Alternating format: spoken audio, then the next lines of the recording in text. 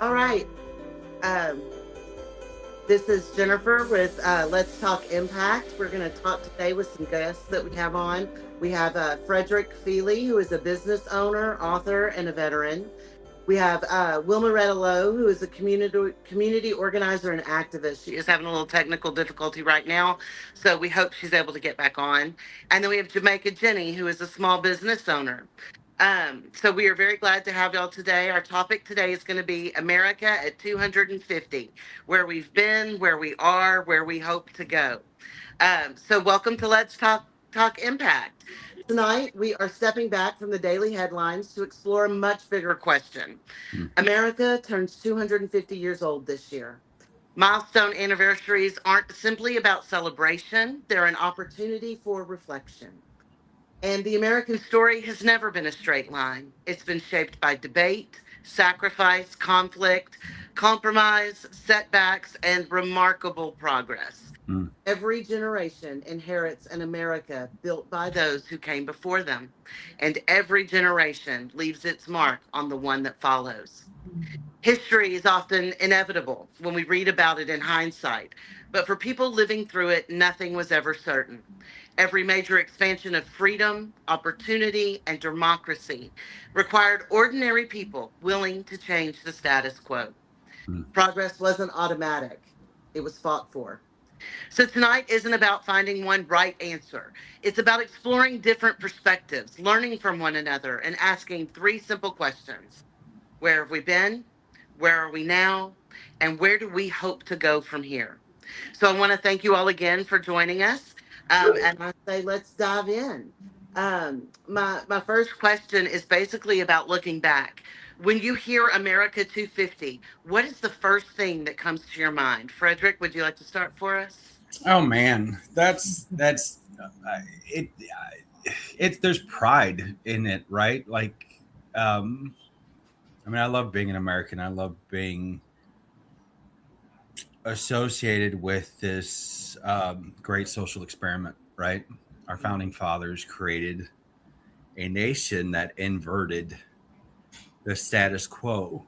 Mm-hmm. We hold these truths to be self evident that all men are created equal, that they are endowed by their creator with certain inalienable rights, and among those are life, liberty, and the pursuit of happiness. That was unheard of at a time like that. Now we take freedom. I hate to use it because it's cliche, but we take freedom and liberty, these concepts, for granted. Mm-hmm. They were hard won concepts. Um, the United States, a bunch of farmers and um, um, shop owners and young people faced an empire upon which the sun never set Mhm. and stood their ground and defeated that empire with the help of the French. So 250 years of this experiment is pretty profound. Mm-hmm. But I also think it got people a little terrified too, because with the current administration and with everything going on in politics today, people have been throwing out the 250 as the end of an empire. Mm-hmm. Is this where we're sitting? And what does that look like if that's true? And so, but yeah, that's pretty much where I'm at right now. Does anyone else want to add on where what they feel when they hear it, when they hear America at 250? I think I've thought about it a lot recently because I don't know. I guess having our kids that are older, right? But then having the 12-year-old thrown in there, and I think, my goodness, life's going to look different for her. But 250 years is a lot of time, a lot of growth that we have gone through as a nation, and there's been good and there's been bad, and I feel like that gives us a lot to maybe to look through or to draw from, or where do we want to go? Where do we want to be? Hey, we've done a lot of things. What worked and what didn't work? Now, all of that is going to take people, in positions of power to actually listen to their constituents, like that. It would take that, but we have that opportunity. 250 years is a big marker. I feel like we're nowhere where we want to be, right? Mm. But we have so much to draw from. There were so many times that we did things right, and I Right. feel like What we can do it again. You know? Yeah, when we think about that, well, Loretta, maybe if you're able to, if you're back on and have your technology with you, what are some major movements that you believe most changed the trajectory of American history that got us from that little place that we were, where we started at the beginning, to where we are now at 250 years? Major movements that you can recall. I don't think we have sound from Wilmaretta. Um, were a lot of movements. One of the ones I think about a lot, of course, we have the American Revolution and the Right. Sure. abolition of slavery, which is concerning that that is going to become a more muted part of our history in Right. our school curriculums now. But that was a major transformation in our Mm. country. And I think one of the things that we don't think about is when people look back on these things, they think that a decision was just made in one day, Right. Right. right? And they're seem to be unaware of the generations and years of struggle and fight and death by Mhm. people who fought to make these things available to us. And I think sometimes we get comfortable because we've got that right and we've never known a world without it. Right. And we forget that you don't keep them if you don't preserve them. Yeah. Sure. But what maybe some major movements that stand out to you guys that really changed the way America was or on its trajectory? The civil rights movement, Yeah. the post, this Supreme Court just stood up for the 14th Amendment, Mm-hmm. the first time since it was written into law at the end of the Civil War. That persons born here are American citizens, and for a while there, with so much uncertainty, um, sort of hovering in the air, everybody's running around with this low-level trauma that we've all been and dealing with. No, you couldn't say 100% for certain how SCOTUS was going Yeah. to come down on this. And I when you think about what the Civil War cost us, the hundreds of thousands of lives of men dying to eradicate this systemic thing, this original sin that America had participated in.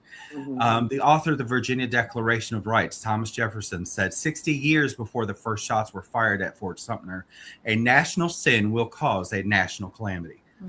And it took hundreds of thousands of lives to eradicate it. And the Civil Rights Amendments, which is the 13th, 14th, and 15th, the 14th being the biggest one that we interact with on a daily basis, which is our due process rights. Right. To see that sort of thrown up in the air is ought to be terrifying for every citizen, no matter if you are of color or a part of the Caucasian persuasion. Right. Because it doesn't deal just with birth and nationality. It deals with your rights before the law in regards to states. The 14th Amendment, like the states coming in and doing stuff to you versus the government coming in and doing stuff. Before the Civil War, if a state charged you with a crime, you had the first 10 amendments did not apply to you. It only applied to you in regards to the federal government. After the Civil War is when that intercession began, that if a state violated your civil rights, you had redress through that avenue. That's when you see a lot of lawsuits concerning, say, the First Amendment. They'll take to a federal court and attach the 14th Amendment due process onto that. So, yeah, it's terrifying, but the civil rights movement completely is founded off of that. And so whether it's that or the gay rights movement, which followed the women's liberation movement, all of that sort of was birthed out of that. But and when you boil it down, those are all civil rights, right? Yes. And what's interesting to me in our current context is you hear a lot of people talking about, I don't want to do identity politics, identity. Well, but that's not what we're doing. At the heart of it, you're attacking people's civil rights, and Democrats should absolutely be fighting against that, right? Right. So should everybody else. But what's so ironic and so bad about that is when you go after a certain group's civil rights, you're going after your own. Yep. That's it. You If it's are only a right, we unmooring are all protected. you Yep. are unmooring yourself Mhm. to it's just Yeah. wild. Yeah. It's really a wild thing. I just think it's a basic lack of understanding. Like you just don't see, which has always been my problem. I think with because I try real hard to see where people are coming from, and I think that's been my biggest struggle in the past maybe 8 years. Is like it's that whole lack. It's like I can't even see where you're coming from because it makes no sense to Yeah. logical sense. Not even let's not even talk about ideology. Let's logic. Is that logical? Right. No, you know. But it seems like that's more and more. How do we get people to change that? I think is how which is our biggest thing. Because we have to connect, right? We have to connect to each other because disconnection is what allows this to happen. Right. When we're disconnected, that's how this happens. So we have to connect. I don't know. It's my biggest. You're right, though. It is difficult because there is such a gap now. Mm. Yeah. One of the things that, I hear a lot of people say things like, oh, all the parties are the same. And even if we're not talking, because America's 250 is for everybody, Yeah. Right. it has nothing to do with No, political. no. But we've divided so significantly that you can only be called a patriot if you're with this Yep. party, or Yep. you can Right. only love America, Right. or and Right. so we're so divided. But that division, in that division, is this huge gap. And Yeah. what I find when we try to talk to people is we are literally not living in the same reality anymore. No, no. Right. We You no longer really like define that. words the same way. Freedom Yeah. is not defined the same. No. Right. The Constitution isn't, and it doesn't help that we have a Supreme Court that is overturning well-settled precedent and Mm. well-settled precedent, making Right. us fight all these battles again. Right. Right. So when we think about that, what you think about all these changes we've seen to what America always promised, and do you think Americans still share enough common ground to solve these problems, or is division truly our biggest problem? Can you hear me now? Yeah. Yes, Hey. Yeah. Oh, we got hello, you. everyone. Hi. I, Oh. I, I walked throughout the house so that I could get closer to wherever I needed to get close to, so that now I have some sound. All But right. Wonderful. You got well, it. okay. Well, look, the question that you just asked, Jennifer, Mm-hmm. I don't, I don't think that we've gotten to the point where we're too divided, because everything has always been one when people come together. Yeah. Mm. And I think it's going to be enough of us that see a reality in when you go to the grocery store, Mm. the bill hits you just like it hits me. Yeah. When we go to the gas pump, the bill hits you just like it hits me. Yeah. And it's going to be enough of us that I feel that's going to make the difference, that we are going to find the common ground, because there's always been a common ground that brought us all together. And that's how changes have always come about, is because we found that common ground. That is true. I agree. I agree with that. Yeah. So building on that, it sounds like, because when we build common ground, where we focus is our communities, right? And building community power and voices and connections.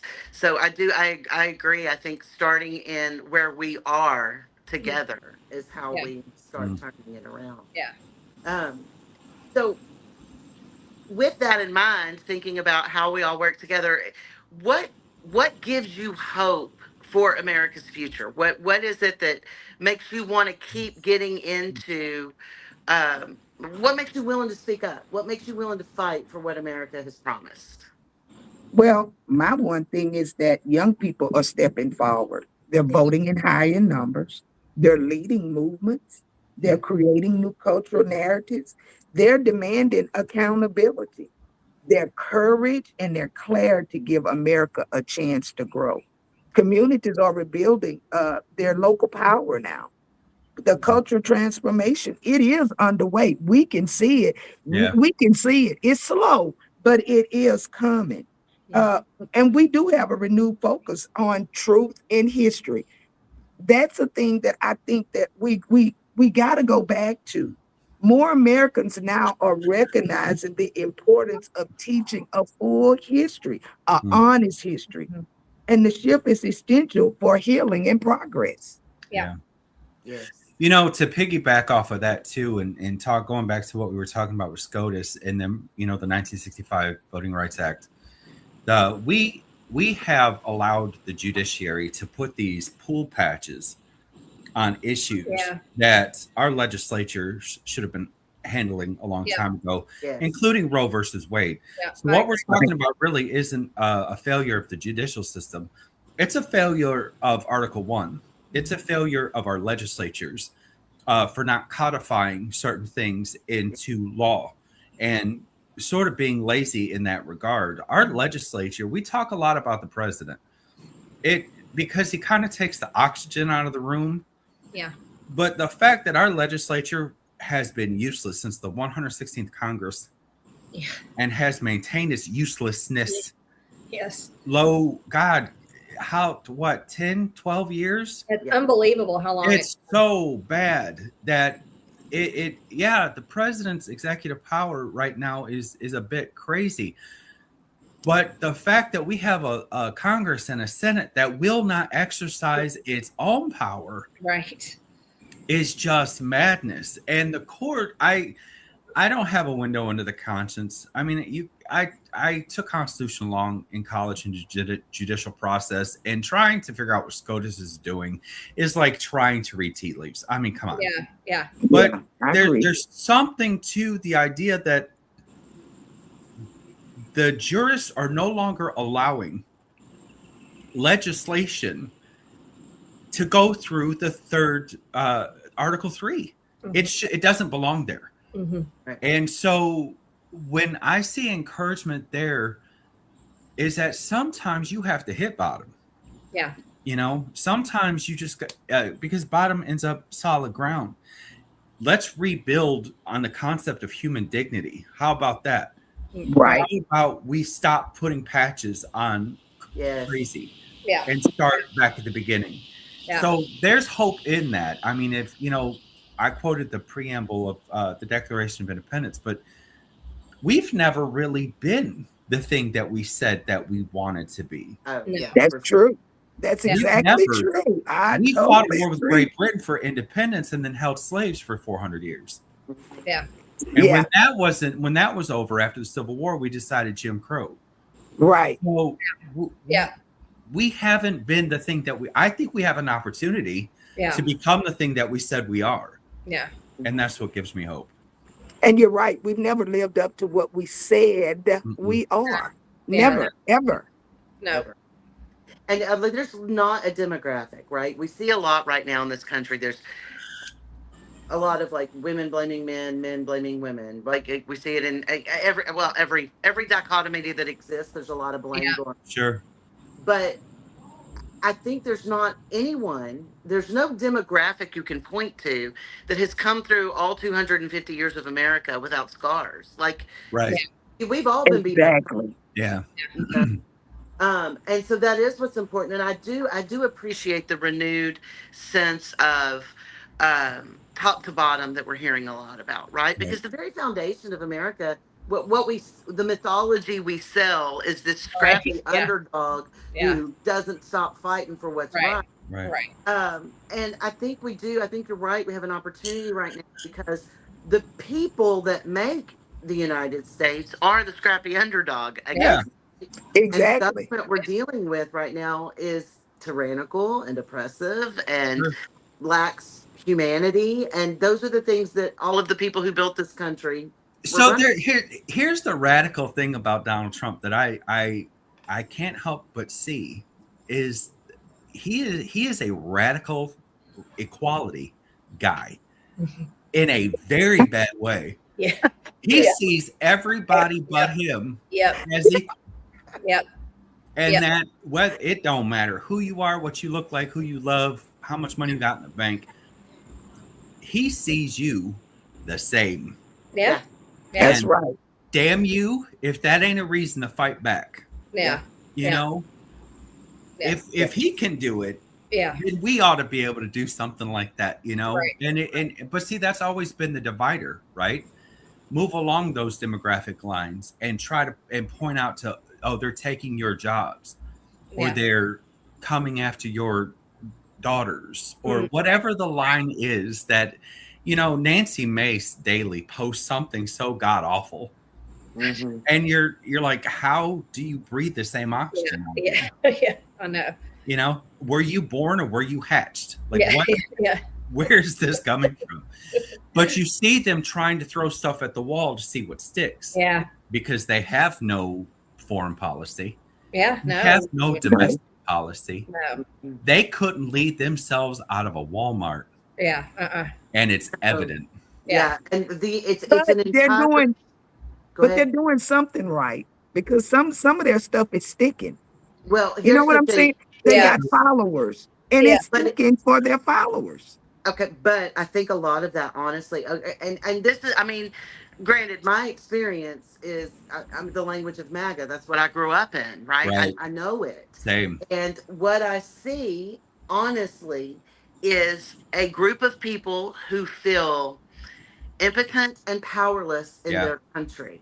Yeah. And this gives them space To to express beat it. up on others and Yeah. feel like that they are above them. It's opened that, and in that, even though it's not real, it makes them feel powerful. Yeah. It makes them feel strong, Yeah. because for them that definition means um, being above someone else. Someone has to be But below. see, like the cattle ranchers and the farmers out in the Midwest, though, you can't eat that shit. Mm. It don't bring food to your table. Yeah. It you can't afford. You've been sold down the river. All of that rage against this supposed invasion. Right.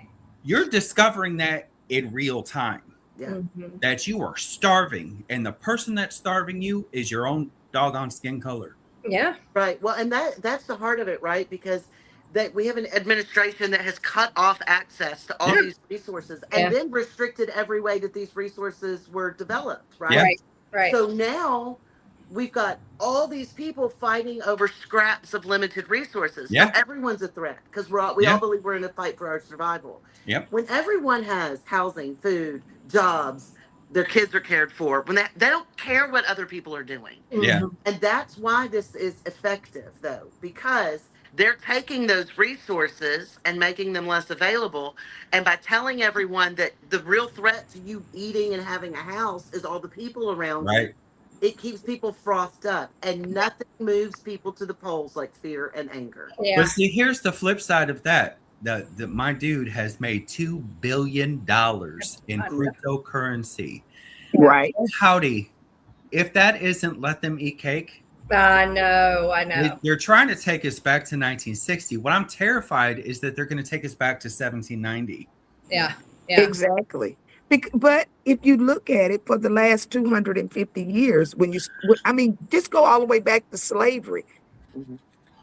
It has happened for 250 years where somebody always felt like they needed to be on top and somebody else needed to be on the bottom. Yeah. It has worked, and it has worked for years. But what I think now that we have available to us that they did not have as much available to them, we can get everything instantly now through the media. Yeah. Okay. Our communication is quicker now than it was back then. So Right. I Oh, think sure. that with that being a plus for this new coming generation and some of us that's going out, because I feel like I'm one of them that's going out. But with this new coming generation, the communication is much faster. And they can now see, just like you said, the farmers and the ranchers. I grew up in farming and in ranching. We can see now we all fighting for that same scrap that's on the table. Yeah. And what's going on at the top ain't putting no food on my table. Right. But So- see, to add on to that, like as somebody who would, I guess, be described as liberal now, I don't feel like I moved anywhere. I feel like the parties have shifted to such a degree that I got left sort of behind. Yeah. But Yeah. I don't want to see nobody starving. I don't No. want no. No. You're the backbone of this country. Like I don't want you to have to sell your farm to a corporation, or that your cattle, for whatever reason, you've got all of this resource yet you can't sell any of it because decisions made 2,000 miles away from you. That's crazy. So I don't. That's not something that I take no joy in that. no. You know. How many people do y'all think really feel that way? Like I'm not saying. Well, I guess I look out and I say this can't be real.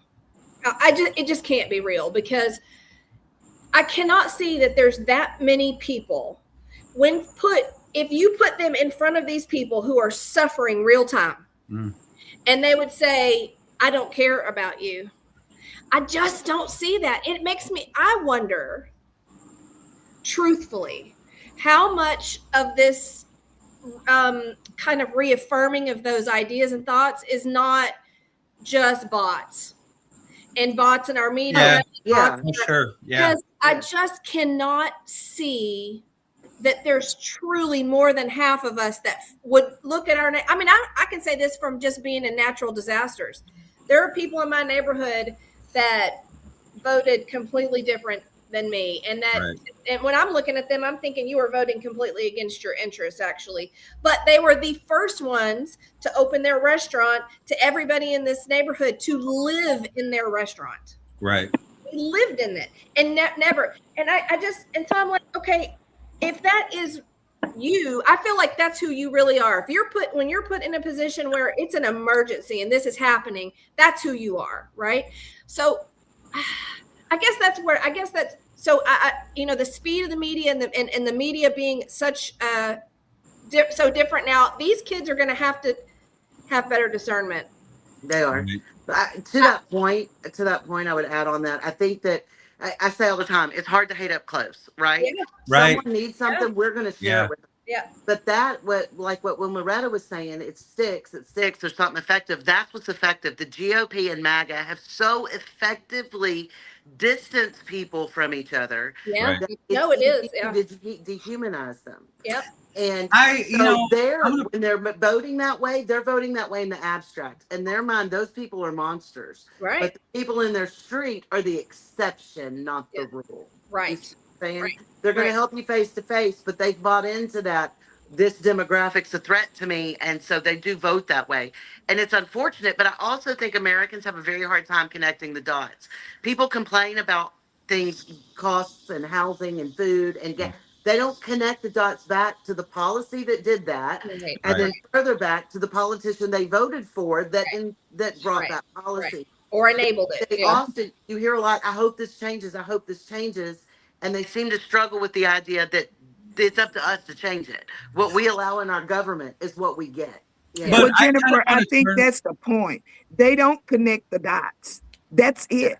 We see things up, like you say, in the abstract. It's up there. It's in Washington. But they don't understand that it trickles down to us and it starts locally. We got to change the trajectory locally. And I know water don't flow uphill, but our government does flow uphill. No. It's got to be changed locally. You got to learn how those dots that's locally affect those dots that go up the ladder that reaches all the way to maybe Washington and Austin, and we're here in Texas, in Austin and to your state houses. Yeah. But there has to be a come to Jesus meeting within the liberal framework in the Democratic Party as well. Mm-hmm. Because as much as MAGA has pushed this narrative inside mainstream and Main Street America, the Democratic Party has disconnected itself from mainstream and Main Street America. When your best interests are held by a party who can no longer effectively communicate with you, there's a problem. And I agree. The world is changing. The climate is changing. There are certain industries like coal that are leaving. They're never coming back. But our party has lost the ability to communicate effectively to the ground people, to people on the ground. I mean, I love me some Rachel Maddow and some Yeah. Anderson Cooper. But at the end of the day, that's not who you need out there No. Yeah. pontificating. Right. You need people down on the ground on Yep. Main Street talking about how this affects you and how this is going to affect your life. Right. Right. And that's in the interim, we talk about the bots online, the trolls on the left. There is nothing worse than somebody coming around trying to morality police my speech. Yeah. Like a safe space, like all of this stuff that's so inflammatory, and it itself seems so disconnected from the reality in which people live. Yep. Purity politics removes humanity, right? Yes, and that's regardless of the side you're on. And it's so crazy in its puritanical outlook too, that it's like, good God, why don't we all end up in bonnets and long guns and no smiling on Sundays? No. Yeah. It's freaking crazy. Like there's some legitimate complaints on the right that like I totally get. Like Well, part of the problem is, okay, honestly, the Constitution is a living document intended to evolve as humanity and society evolves. Like that was never debatable. It is now, but it never was in the past, right? We wouldn't have amendments if it was a living document.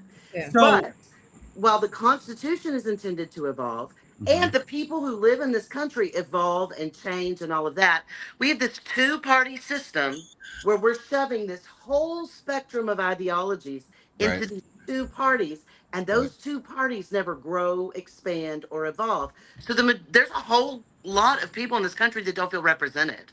Yeah. Which is an odd shift out of the realignments happening right now. So many people consider themselves independent for exactly that reason. I have a friend of mine who is a pro-life liberal.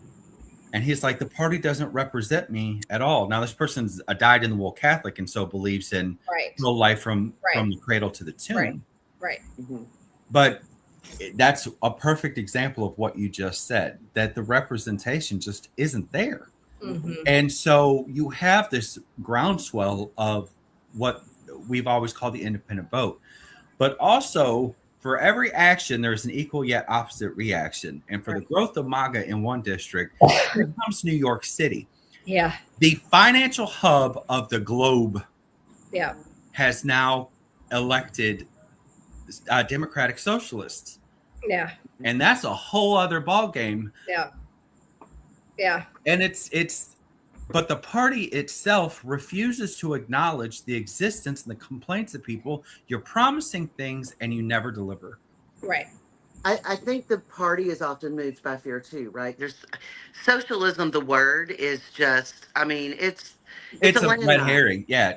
MAGA doesn't know what it means. No, and they think a socialist and a fascist are the same thing. Right. Yeah. And it doesn't fully define what democratic socialists are anyway, since democratic socialists are still capitalists. So we're at a time. That's what I mean when I said earlier about how do we even have these conversations, because we are not even defining words the same way. And democratic socialism, I don't know how any American looks at that platform and says, who says they're true to American values and says that's not for me. But that's where we are. The word socialism would scare them away before they'll even look into it. Yeah. Well, I mean, we're all children of the Cold War. Yeah. We all remember Reagan and Reaganomics and Mr. Gorbachev tear down this wall, and also I just gave a Republican a boner. But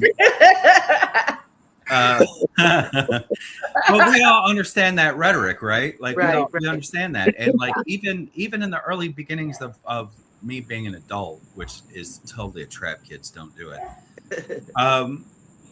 There were things about it that scared, like that gut instinct that it's still a trigger word, Yeah.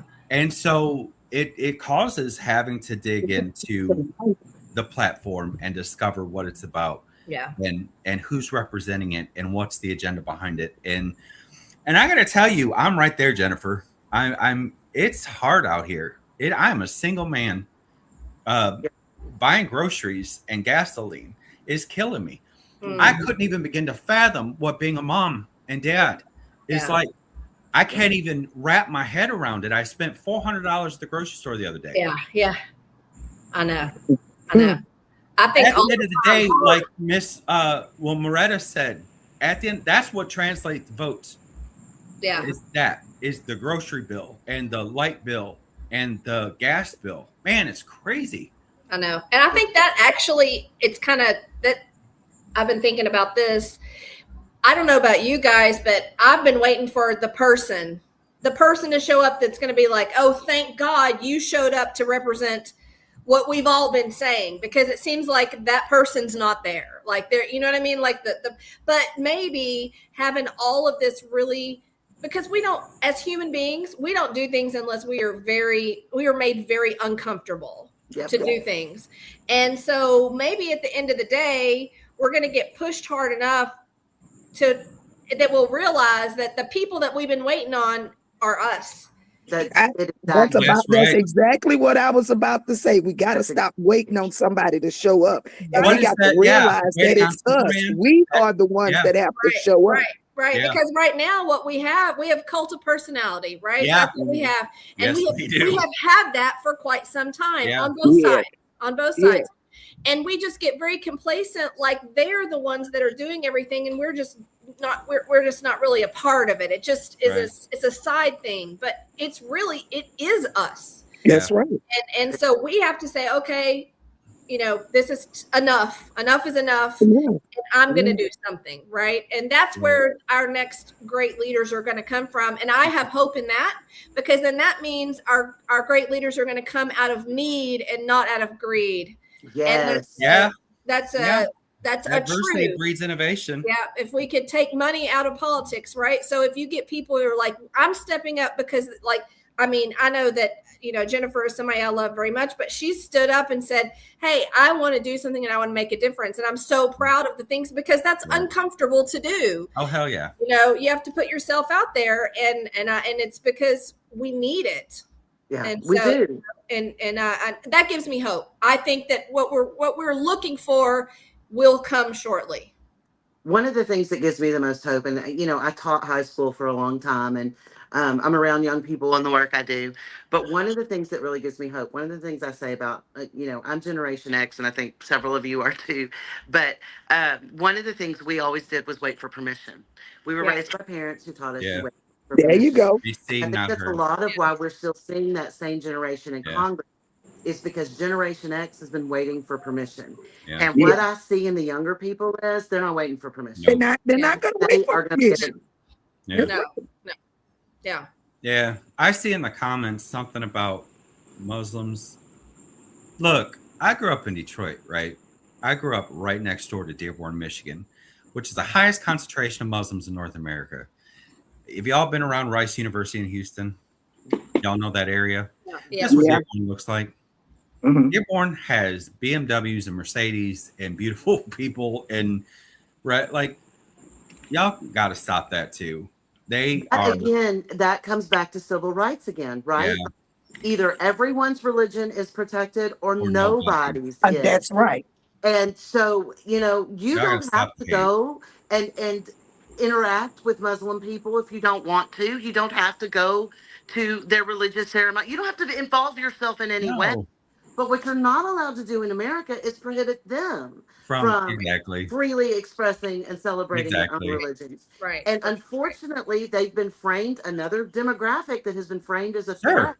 Absolutely. But I would imagine the majority of the people who are screaming about them right now have them as doctors, have them as friends at school, students, right? Like, we know the reality is that a whole entire demographic of people is never evil. Yeah. No. We have to stop pretending like that's in any way the truth. Right. Yeah. No, absolutely. Absolutely. Meanwhile, at the back camp, you have Bible being brought into. Look, I would be upset about that if I knew those kids could read. Yeah. Well, they're not gonna. I mean, no, of course it's DOA. Yeah. They're not gonna. They won't read 200-word passages on a test. No. No. So Nope. they'll do it with their parents, but they're not going to do it at school. No. And Well, that's will the the irony. Bible cost $250? Right. Yeah. Well, and that's the thing. Are we about to have to buy them for schools? Yes. Probably. Right. Absolutely. Why would you want a teacher? They're already overburdened. Why would you want a teacher extending the faith out to your kid? Well, let me tell you this. I'm a Baptist. So we here's have first, second fellowship. Like nobody's gonna agree. no. Teachers are gonna But be see, here's the supported thing. regularly. What is We talk don't all so agree much being junk. Baptist. That's what Yeah, I'm saying. that I know. We Yeah. talk so much junk about personal responsibility, but where is it in regards to your child's education? Right. Yeah. We want to jump all over teachers for the Yeah. failure of student. You get 50%. A teacher is 50% responsible for your child. The other 50% goes to you. Yeah. That's right. If they're not being Exactly. educated, if they're not receiving the faith at home, that's not on Mrs. Whitaker. No. That's That's on right. you. Yeah. Your Well, kid's the success thing in is- school depends on your willingness to educate your child. Mhm. Yeah. Absolutely. And that conversation needs to stop. Yeah.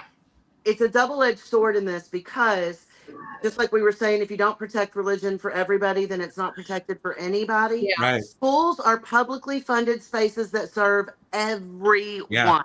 Yeah. Yeah. So all these people upset about that all are welcome here, and that's precisely what our schools should be. Yeah. What my students are personally or religiously or economically has no bearing on what we're doing in my classroom. It will impact how they interpret information. Right. But that's not I don't So- need to hurt, to make it fit their personal beliefs. What But do when you? you talk about the Muslims and Sharia law, Yeah. the nationalists are doing all Exactly. the things that they're Oh yeah. It's the complaining same. It's the that same. Sharia law does. Yeah. It's the same. If you took the labels off, you would Yeah. not know the difference. Right. But what do you think it's really about? What do you think this is really about? Because let's be Power. honest, this is really not about putting Christianity in schools. No, it's it's not. about power. not. And here's a cynicism. What There's- is it? Like, do you think that, because I kind of feel like it's another seed to implode public That's education. what it is. Yeah, it's exactly You what it know, is. like, but I just wonder how could we turn that? But anyway, what is it's not. How I just think cynical they're do you reading have it. to be to take? There's children who do not have food. They go to class smelling. Yeah. Your clothes are dirty. Yeah. And you're going to put the 10 Commandments up there on that wall? Yeah. Yeah. How cynical are you? I know. You're sick. There's something wrong with you. Because I taught first grade and I had kids like that, right? Yeah. We had a lot of kids from very, very low poverty, very low.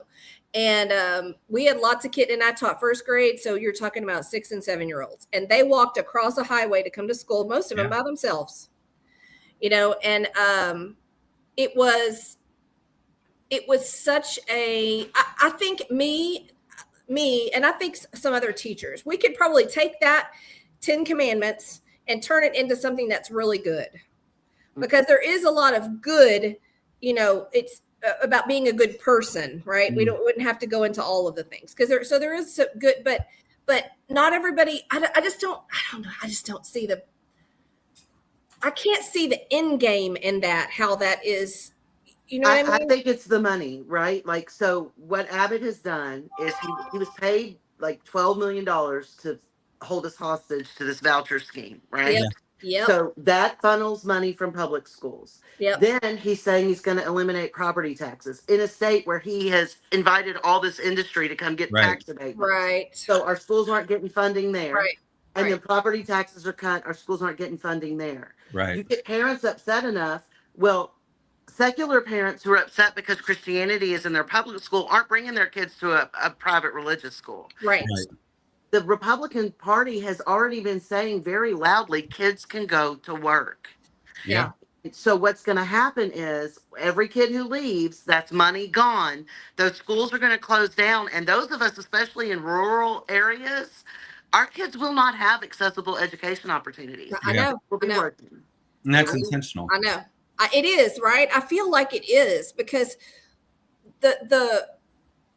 there is such a a gap between what resources we actually have and what they're giving the school. Like they are not giving the school the money that we actually have, right? We have all They're of this holding money that's they're holding public it's education underwater reserved. and then get Yeah, angry at them for yeah, draining. yeah, You yeah, know, and that is, again, that's just cynicism.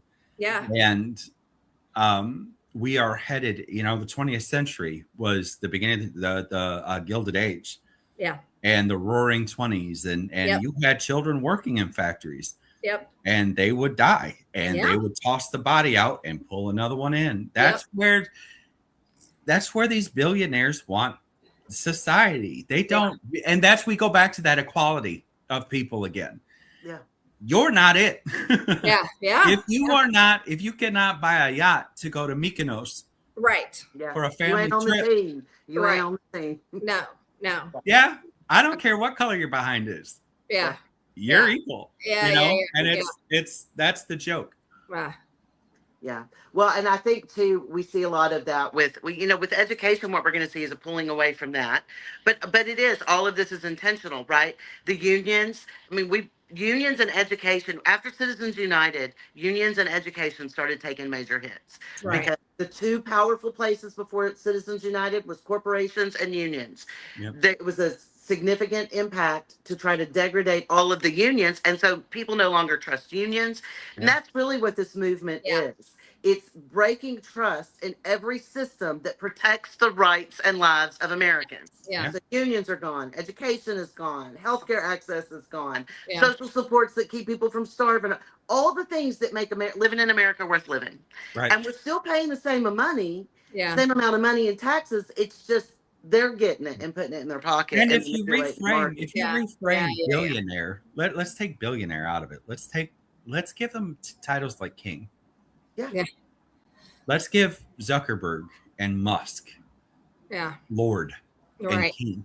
right, How about we frame it that way? What did we do in 1776, 250 years ago? yeah, We told King George where to go and how to get there. yep, And Yep. because he was the ultimate authority, it was an empire, for God's sake. right, And now you have it is, history doesn't repeat itself, Mark Twain said, but it does rhyme. yeah, Yes. it's true. And you have people who can influence politics and power. Mark Zuckerberg, Elon Musk has that kind of influence over your life. Yeah, That's bananas. It is. Yeah. That's what It the is. Declaration of Independence should be a warning to men and women like that. yeah, It should. Yeah. yeah. It should. So let me just, before we end up, I want to ask one more thing. What challenge do you think is going to define this generation? There are a lot out there, and of course, there's not just one right answer. But for you personally, what challenge do you think will define this time in American history? Mm. I think the question. I mean, I think the question is, can America be America? Yeah, that's a good. Yeah, that's good. Can Yeah. we ever achieve what we've set Yeah. out? Yeah, And what does that look like? What does that look like? yeah, I mean, I think the Constitution tells us, right? But Yeah. what's intended for it to look like, and there's a lot of talk about founding fathers being this, being that, but there were old ones, but there were a lot of 20-somethings in there, right? They would shock your conscience how young they were. Right. And Yeah. so we have to stop. And people didn't live as long then either, but we have to Yeah. stop pretending like they were a moral authority on No. everything. Right. They're not. Jefferson, They were Thomas Jefferson flawed is a men. complicated character. Oh my goodness. Yeah. But But TJ where did they not believe that. shined- Thomas Jefferson did not believe a law should last longer than 25 years. Yeah. He believed a law should fall at the end of a generation. That's not. I mean, it probably should be reevaluated. it should certainly be reevaluated. Right? But I think the point of the founding fathers and the Constitution that we get mixed up in with all of these purity politics and stuff like that is you've got people who swear that they're constitutional literalists, like they do with the Bible, but Yeah. they don't only object to some amendments and not the others. So you Right. can't be a literalist and That's the want problem with them to- literalism. Yeah. Yeah. So It's- the point of the amendments are that the Constitution can change with us. That is where Our founding fathers shined.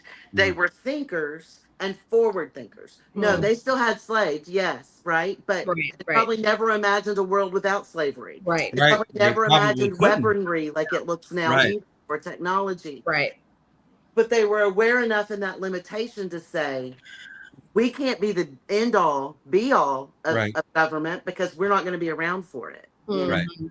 And I think that's what's missing. Yeah. Okay, so I do think that the Constitution and how we frame democracy are going to be major challenges Mhm. for America's survival, the United States survival. I want to tell y'all first that I'm really grateful for y'all to be here. We did go almost an hour, so I appreciate y'all sticking this out No and sticking problem. with This me. was Yeah. fun. It was fun. Yes. So, but as we wrap up, I hope that we all kind of remember that history isn't something that happened to other people. Mm. It's something ordinary people wrote through the choices they made, the conversations they had, the communities they built, and the values they chose to defend. Looking back over 250 years, one thing becomes clear. Progress is rarely quick, rarely easy, and almost never inevitable. Every expansion of freedom, every advance toward equality, every step closer to our founding fathers, or our founding ideals, required people willing to do the difficult work of moving the country forward. And we talked about that. It's hard work. It takes some courage and Yeah. willing Yeah. to step out there. But the question before us isn't whether America has always lived up to its promises. We know that it has not. The question is whether each generation is willing to work toward that promise. And it is currently our turn. So, whether America's next 250 years are defined by fear or possibility, division or unity, stagnation or progress, will depend on the choices we make today in our communities, in our conversations, and in our democracy. So, I wanted to say thank you very much for coming today, sharing your Thank you. perspectives. Thank This was a you. great conversation. And I want to tell anyone who's watching, keep asking questions, keep listening, and keep engaging because democracy is not a spectator sport. Yep. And we will see y'all next time on Let's Talk Impact. Thank you. Bye. Bye.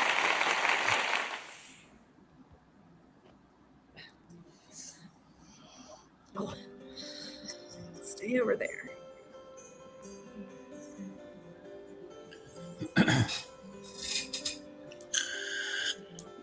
Can we get back into the